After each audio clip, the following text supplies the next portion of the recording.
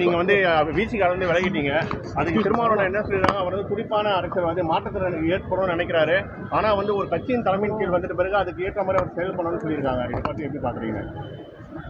இல்லை, தலைவருடைய வார்த்தைகள் வந்து எப்பயுமே நான் வந்து கட்டுப்படுறேன். அவர் என்ன சொல்கிறாரோ அவருடைய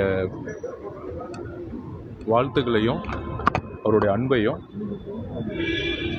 அவர் சொன்ன அட்வைஸையும் எடுத்துக்கிட்டு கண்டிப்பாக அவரோடய நான் பயணிப்பேன். ஆனால் மழை வெள்ளங்களோட பாதிப்பு வந்து பார்த்தீங்கன்னா தமிழக அரசு வந்து பாரபட்சம் காட்டுறதாகவும், அதே மாதிரி இந்த தென் மாவட்டங்கள் மற்ற பகுதிகளில் வந்து அதிகமாக நிதி கொடுக்கப்பட்டு வட மாவட்டங்கள் வெறும் 2000 ரூபாய் பிச்சை போடுங்கன்ற மாதிரி வேல்முருகன் வந்து கேட்டுருக்காங்க. இது எப்படி பார்க்குறீங்க?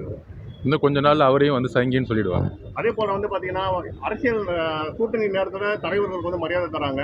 ஆனால் வெற்றி பெற்ற அமைச்சராகிட்ட பிறகு அவங்களோட உதவியாளர்களை விட்டு எங்களுக்கு வந்து கூப்பிடுறாங்க. இது வந்து ஒரு எப்படி பார்க்குறீங்க சார்? இது ஒரு சாரம் வச்சிருக்காரு. கண்டிப்பாக வேல்முருகன் அவர்களுடைய கருத்துக்களை வந்து நான் உடன்படுறேன்.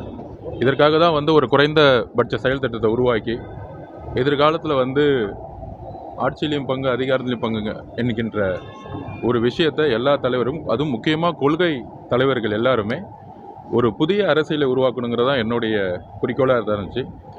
அதை சொன்னதற்காக தான் என்னுடைய ஒரு பனிஷ்மெண்ட்டாகவும் நான் பார்க்குறேன். பட் அந்த கொள்கையை கண்டிப்பாக என்னுடைய பயணத்தில் உறுதியாக என்னுடைய பிரச்சாரம் மூலம் உருவாக்குவோம். அதிக ஆர்வமாக இருக்கிறதாகவும் விரைவிலே மாற்றத்தை எதிர்பார்க்கிறதாகவும் விமர்சித்திருக்காரு திருமாவளவனுடைய விமர்சனங்கிறது என்னுடைய ஒரு அட்வைஸாக தான் நான் பார்க்குறேன். நான் அவர்கிட்டருந்து நான் நிறைய விஷயங்கள், அதுவும் கல அரசியலை வந்து நான் அவர்கிட்டருந்து நிறைய கற்றுருக்கேன். அவர் எனக்கு எப்பயுமே ஒரு ப்ரொஃபஸர், ஒரு ஆசான். அவருடைய எப்பயுமே நான் என்னுடைய லெட்டரில் குறிப்பிட்ட மாதிரி கொள்கை சார்ந்த அரசியலில் அவரோட எப்பயுமே என்னுடைய பயணம் இருக்கும்.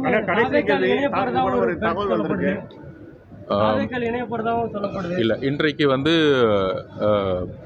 எந்த இணைப்பு அப்படிங்கிறதோட என்ன செய்யணுங்கிறது வந்து இன்னும் தீவிரமாக வந்து யோசிச்சுட்ருக்கேன். எனக்காக வந்து இந்த 2 வருடம் விடுதலை சிறுத்தைகள் தோழர்களுடன் பயணித்த எல்லா தோழமைகளுக்கும், என்னுடைய கூட இருந்த சக தோழர்களுக்கும் என்னுடைய நன்றி.